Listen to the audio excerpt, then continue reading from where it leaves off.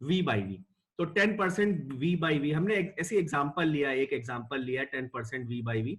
तो इसका मतलब हो गया, चूंकि ये वॉल्यूम परसेंट है, इसका मतलब है टोटल वॉल्यूम जो है वो कितना हमने एज्यूम किया है 100 ml, चूंकि परसेंट में बात हो रही है तो 100 ml। V बाई वी है तो परसेंट वॉल्यूम है, इसलिए हमने ml लिया है। अगर ये मास परसेंट होता तो हमने क्या लिया था, यहाँ पर 100 ग्राम लिया था। इस बार चूंकि V बाई वी है इसलिए क्या ले रहे हैं, 100 ml ले रहे हैं। और अगर इसमें सोल्यूट 10% है, मतलब 10 पर 100, मतलब 10 आउट ऑफ 100, तो टोटल अगर 100 है तो उसमें जो सोल्यूट का वॉल्यूम होगा, वो सोल्यूट का वॉल्यूम कितना होगा, 10 ml होगा। तो रेस्ट हमारा क्या होगा, सॉल्वेंट होगा, और वो सॉल्वेंट कितना होगा, 90 ml होगा। तो इस तरीके से ये एक कंसंट्रेशन की यूनिट आती है परसेंट। परसेंट में न्यूमेरिकल मिलेंगे, हम आपको शीट भेजेंगे, तो शीट में आज जो हम पढ़ा रहे हैं वो आप लोग उसको आज सॉल्व करेंगे और अगली क्लास में हम लोग उसको डिस्कस भी करेंगे। तो दो तरीके से परसेंट की बात आएगी, या तो वॉल्यूम परसेंट या मास परसेंट। इसके बाद तीसरी जो हमारी इंपॉर्टेंट कंसंट्रेशन है वो आती है मोलैरिटी, जहां से हमें ज्यादा क्वेश्चन करने होंगे, वो है मोलैरिटी। मोलैरिटी मोलैरिटी को हम लोग रिप्रेजेंट करते हैं कैपिटल एम से। इस पे ज्यादा न्यूमेरिकल करने होंगे, मोस्टली हर बार न्यूमेरिकल आ ही जाता है एग्जाम में। मोलैरिटी को हम रिप्रेजेंट करते हैं कैपिटल एम से। कैपिटल एम इज रिप्रेजेंटेड, तो molarity is represented by capital M. अब इसका जो मोलैरिटी का फॉर्मूला होता है वो आप लोग देखिए क्या होता है। मोलैरिटी का फॉर्मूला होता है small N upon capital V in litre. इस चैप्टर में अभी और आगे तक, जब तक ये चैप्टर कंटिन्यू रहेगा, जो स्मॉल लेटर लिखा जाएगा, स्मॉल लेटर से जो भी चीज लिखी जाएगी वो सोल्यूट के लिए होगी, हमेशा सोल्यूट के लिए। अब यहां पर स्मॉल एन है, तो स्मॉल एन मतलब ये किसके लिए रिप्रेजेंट हो रहा है, सोल्यूट के लिए। अब एन क्या रिप्रेजेंट करते हैं, एन मोल रिप्रेजेंट करते हैं। तो यहां पर जो स्मॉल एन हो गए वो हो गए moles of solute. Small N हो गए मोल्स ऑफ सोल्यूट। और वी क्या है, वॉल्यूम है। वॉल्यूम, वॉल्यूम यहां पे जो वॉल्यूम होगा वो सोल्यूशन का होगा। मोस्टली क्या होता है, जो वॉल्यूम होता है वो सोल्यूशन और सॉल्वेंट का ऑलमोस्ट इक्वल होता है। ऐसा होता है कि मान लीजिए हमने 1 ग्लास पानी लिया है या 100 ml पानी लिया है। अब 100 ml पानी में हमने 10 ग्राम शुगर डिसॉल्व कर दी, तो होता क्या है, वो जो शुगर पार्टिकल होते हैं, वो शुगर पार्टिकल जो वाटर मॉलिक्यूल के बीच में स्पेस होता है, इंटरमॉलिक्यूलर स्पेस होता है। एक मिनट जरा रुकेंगे।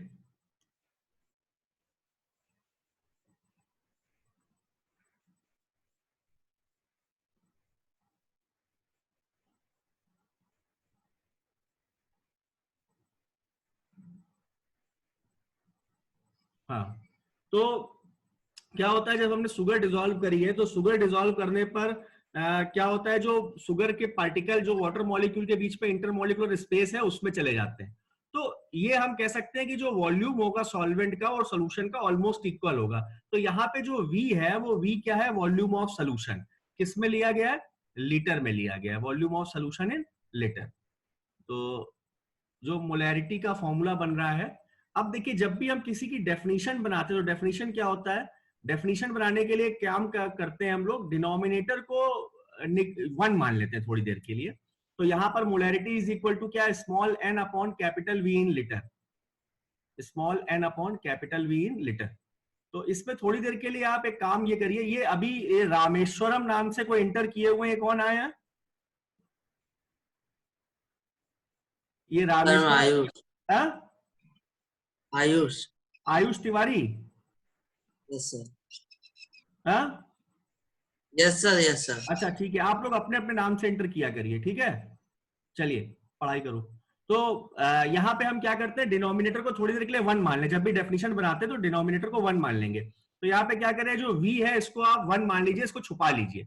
ये जो कैपिटल V है इसको छुपा लीजिए, 1 मान लीजिए। तो जब हमने कैपिटल V को छुपा लिया है तो मोलैरिटी जो है वो किसके इक्वल हो गई है, मोल्स ऑफ सोल्यूट के इक्वल हो गई है। तो यहाँ पे हम डेफिनेशन क्या लिख सकते हैं, डेफिनेशन ये लिख सकते हैं, molarity is defined as, molarity is defined as the number of moles of solute defined as a number of moles of solute. Molarity आपके सोल्यूट के मोल के इक्वल होगी, लेकिन ये कब है? जब हमने V को क्या माना था? 1 माना था इन 1 लीटर सोल्यूशन।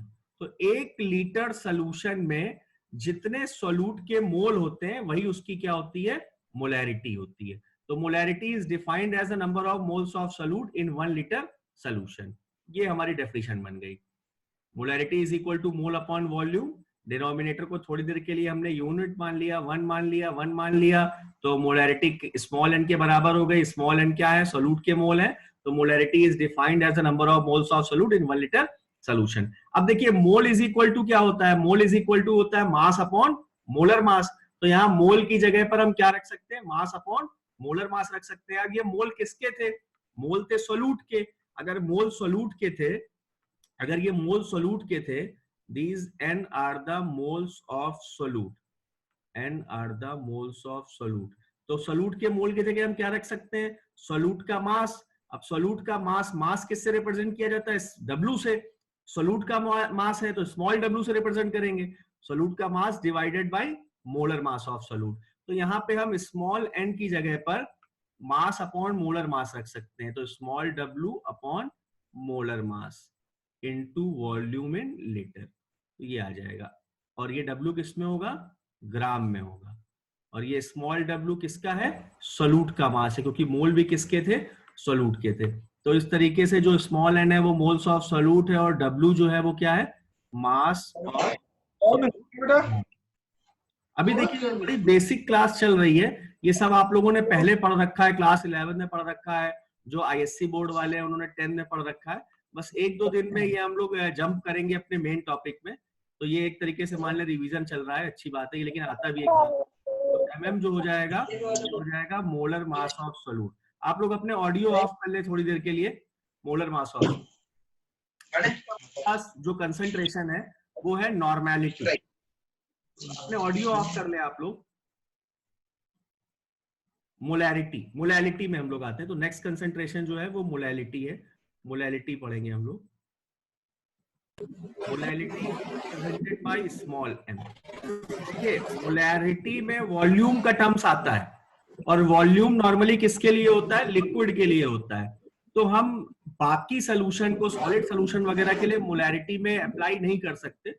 तो मोलैलिटी हमारे पास एक दूसरा कॉमन टर्म्स है, तो हम सॉलिड के सोल्यूशन के लिए भी यूज कर सकते हैं, लिक्विड सोल्यूशन के लिए भी यूज कर सकते हैं। किसी का ऑडियो ओपन है, इसको आप लोग ऑडियो अपने ऑफ कर लिया करो। शिखा आप म्यूट कर लीजिए।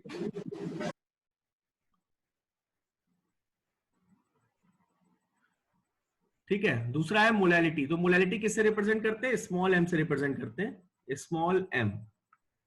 अब स्मॉल m का फॉर्मूला क्या होता है? मोलैरिटी कैपिटल M है, मोलैरिटी स्मॉल m है। स्मॉल m है small n upon capital W इन kg।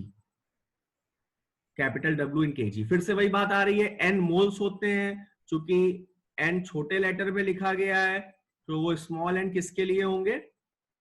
सोल्यूट के मोल होंगे। तो यहां पर फिर से वही बात आ गई, स्मॉल n क्या है? स्मॉल n है moles of solute. Small n are the moles of solute. और जो W है वो मास है, और W यहां पर कैपिटल W है, यानी ये किसका मास होगा? मास ऑफ सॉल्वेंट होगा। और चूंकि सॉल्वेंट ज्यादा क्वांटिटी में लिया जाता है, इसलिए इस फॉर्मूले में हमेशा जो कैपिटल W रखा जाएगा, जो सॉल्वेंट का मास रखा जाएगा, वो केजी में रखा जाएगा। Mass of solvent in KG, क्योंकि सॉल्वेंट क्या है? ज्यादा क्वांटिटी में है। अब इसकी अगर हमें डेफिनेशन बनानी है, तो डेफिनेशन बनाने के लिए फिर से हमने क्या बताया था कि हम लोग क्या करेंगे? डिनोमिनेटर को 1 मान लेंगे, डिनोमिनेटर को यूनिट मान लेंगे। तो कैपिटल W जो है, डिनोमिनेटर जो नीचे टर्म्स आ रहा है, उसको हमने क्या कर लिया? 1 मान लिया। अब अगर हमने उसको 1 मान लिया है, तो मोलैलिटी किसके बराबर आ गई है? स्मॉल n के बराबर आ गई है। तो हम डेफिनेशन क्या लिख सकते हैं?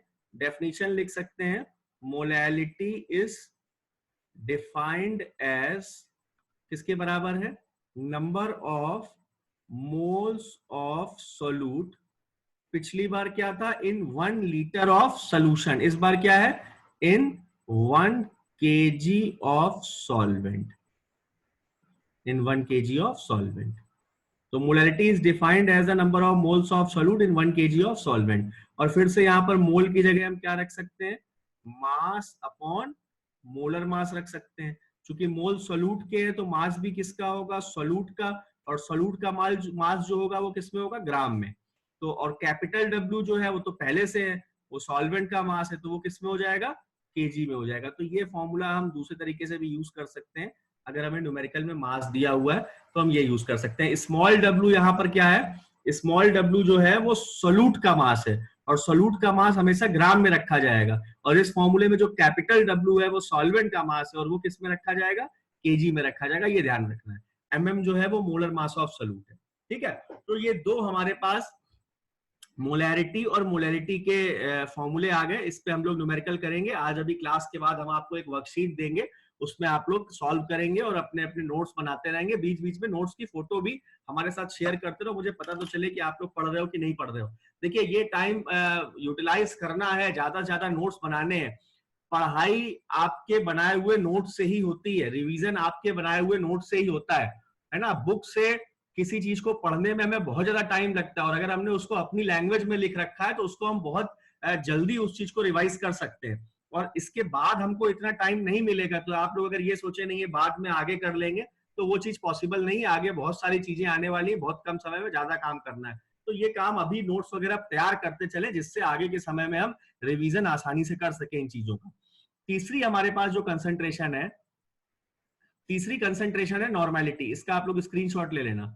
तीसरी कंसंट्रेशन है नॉर्मेलिटी। नॉर्मेलिटी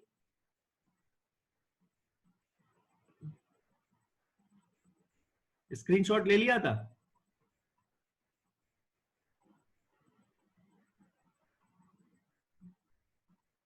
वापस एक बार फिर से जिन्होंने स्क्रीनशॉट नहीं लिया है वो ले ले फटाफट।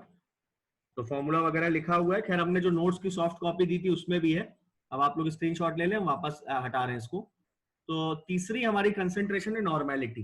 देखिए, नॉर्मेलिटी जो हम लोग फाइंड करते हैं वो इक्विवेलेंट वेट से फाइंड करते हैं।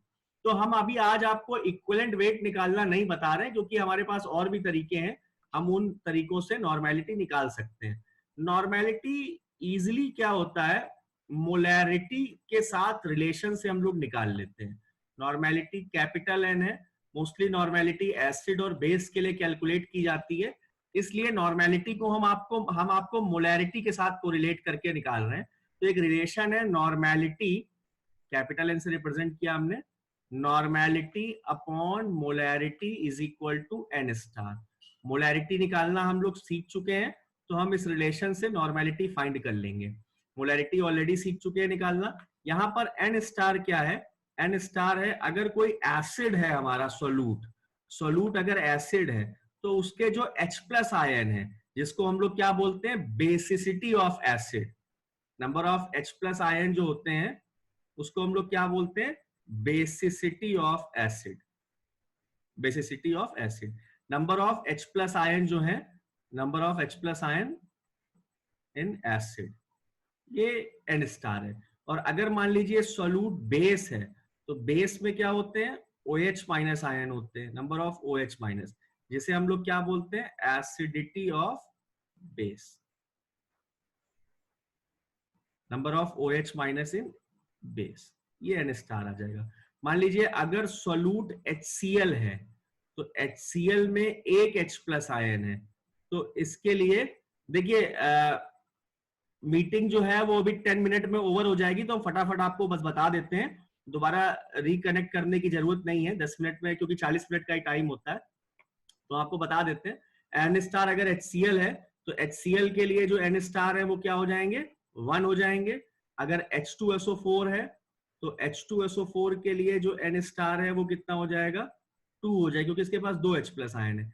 अगर सोल्यूट मान लीजिए हमारा NaOH होता तो इसके लिए एन स्टार की वैल्यू क्या होती, 1 होती।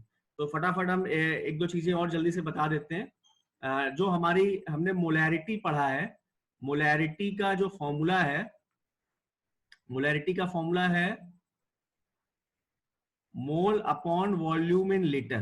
तो जो इसकी यूनिट न्यूमेरिकल में हम लिखेंगे वो क्या लिखेंगे, मोल पर लीटर लिखेंगे। और जो मोलैलिटी हम लोगों ने पढ़ा है वो क्या है, मोल अपॉन कैपिटल W इन kg। तो इसकी जो यूनिट लिखी जाएगी वो क्या लिखी जाएगी, मोल पर केजी।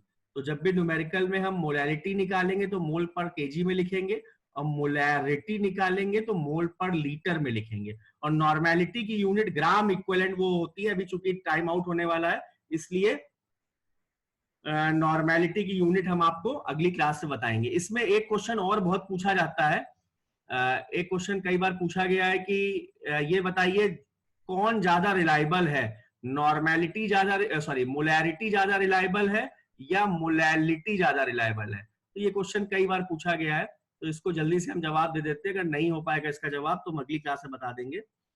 मोलैरिटी और मोलैलिटी में कौन ज्यादा रिलायबल है।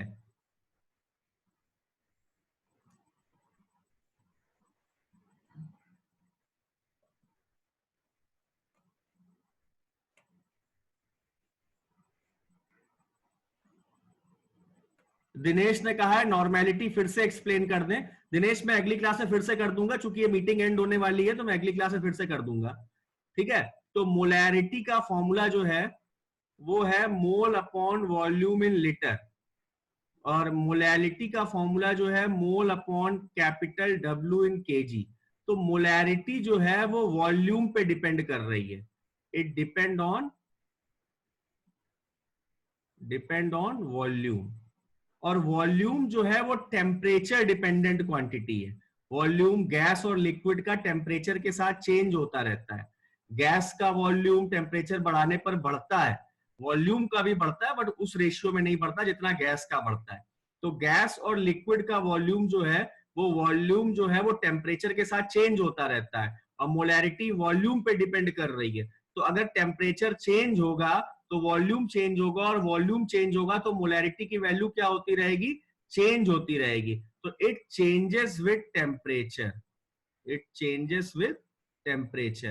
ये टेम्परेचर के साथ चेंज होता रहता है, इसलिए इसे ज्यादा भरोसेमंद नहीं है। जबकि जो मोलैलिटी है उसका वॉल्यूम पे कोई फर्क नहीं पड़ता, वो मास पे डिपेंड करती है, और मास कभी भी टेम्परेचर के साथ नहीं बदलता, मास कांस्टेंट रहता है, मास टेम्परेचर से कोई लेना देना नहीं है। सो ये टेम्परेचर के साथ चेंज नहीं होता है, इंडिपेंडेंट ऑन टेम्परेचर।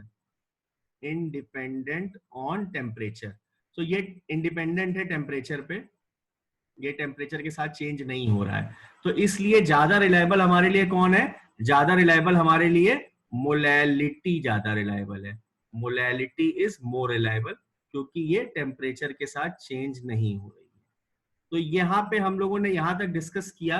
अगर अभी नॉर्मेलिटी में कोई प्रॉब्लम है तो मैं उसको फिर से बता दूंगा। अभी आज आप लोग नॉर्मेलिटी में जो आप क्वेश्चन लगाएंगे वो सिर्फ नॉर्मेलिटी में यहीं तक क्वेश्चन ऐसे ही लगा ले, normality upon molarity is equal to N star.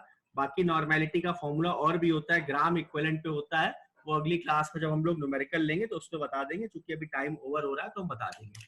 इसके अलावा वापस हम आ रहे हैं, इसका भी आप लोग स्क्रीनशॉट ले लें। उतनी राइटिंग अच्छी नहीं बनती तो आप लोग उसको अपनी राइटिंग में शेयर अपना बना लिख लिया करें, ठीक है। तो वापस हम आ रहे हैं, आप एक एक करके आप लोग अपना क्वेश्चन कर लें, और कोई समस्या हो तो जल्दी से बोल लें।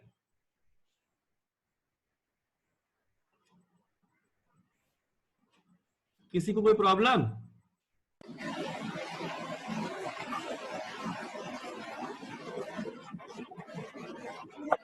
जवाब देते जाए भाई। प्रियम,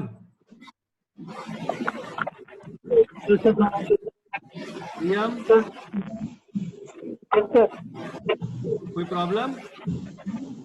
नहीं सर पूरा समझ में आ रहा है। अच्छा, अदीबा ने भी कहा है नॉर्मेलिटी थोड़ा कम समझ में आया। तो अदीबा डोंट वरी, आप नॉर्मेलिटी से रिलेटेड क्वेश्चन अभी छोड़ देना।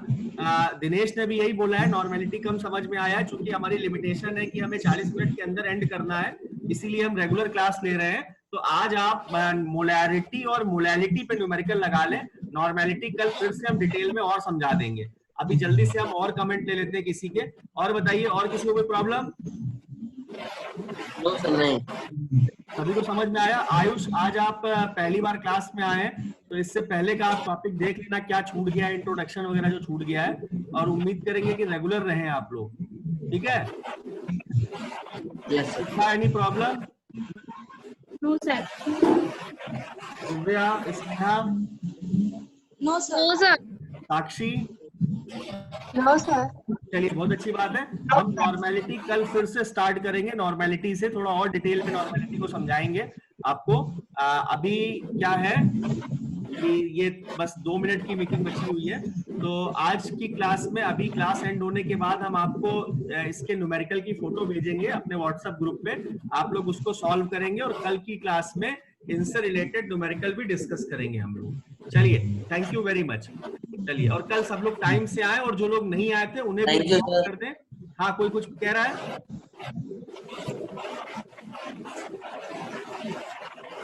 जो लोग नहीं आए हैं उन्हें भी इन्फॉर्म कर दें कि क्लासेस रेगुलर हैं, तो टाइम से आ जाया करें। ठीक है, 1-2 दिन बाद चैप्टर बहुत अच्छे से स्टार्ट हो जाएगा। लैपटॉप में चला रहे थे लेकिन आपका कनेक्ट ही नहीं हो पा रहा था, इसलिए क्या चीज हमने चला रहे थे? मोबाइल से कनेक्ट, लैपटॉप में कनेक्ट कर रहे थे आप से। लैपटॉप में कनेक्ट नहीं हुआ? यस सर, तभी इसमें मम्मी को मोबाइल में कनेक्ट किया। अच्छा अच्छा, थोड़ा घर पे 1-2 मोबाइल पे पहले इंस्टॉल कर लो और घर पे ही प्रैक्टिस कर लिया करो आपस में ही, कैसे कनेक्ट करना है, क्या करना है। ठीक है? नहीं सर, वो बाकी स्कूल की क्लासेस में तो कनेक्ट हो जाता था ना, तो सोचा इसमें भी हो जाएगा। हो सकता है कोई नेटवर्क की प्रॉब्लम रही हो। यस सर, कल से दूसरी। चलिए, thank you very much sir thank you sir. Thank you sir.